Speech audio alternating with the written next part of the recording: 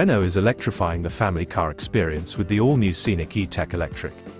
Let's dive into the details of this revolutionary vehicle. Unveiled at the IAA Mobility show in Munich in September 2023, the Scenic E-Tech Electric completes Renault's range of electric vehicles in the C segment. Combining electric modernity, useful technologies, and a sustainable design, it reinterprets the DNA of the family car to meet the challenges of its time. And it's not just us who think highly of it. It recently won the Car of the Year 2024 trophy, a testament to its strategic, design, and technological excellence. The Scenic has a rich history, revolutionizing the market in 1996 as the first compact MPV in European automotive history. Now, in 2024, the Scenic E-Tech Electric reinvents the codes of the family car. Equipped with a 100% electric powertrain, it boasts a WLTP range of up to 625 km and quick charging of up to 150 kilowatts, meeting the needs of modern families.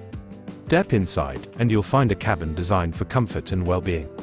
It offers benchmark interior space, thanks to its dedicated electric platform and innovative features like the Solarbay pacifying sunroof. Driving pleasure is a priority with a power output of up to 160 kilowatts, compact dimensions, and dynamic, agile driving perfect for every journey.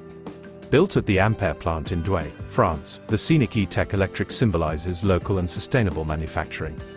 Over 54% of its parts are sourced locally, and it represents a focus on short-circuit production. This fifth generation is not just about manufacturing, it's about sustainability.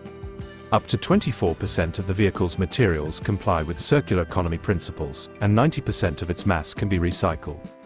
And here's the exciting part: the Scenic E-Tech Electric is available to order in France starting at €39,990, making it one of the best value propositions on the market.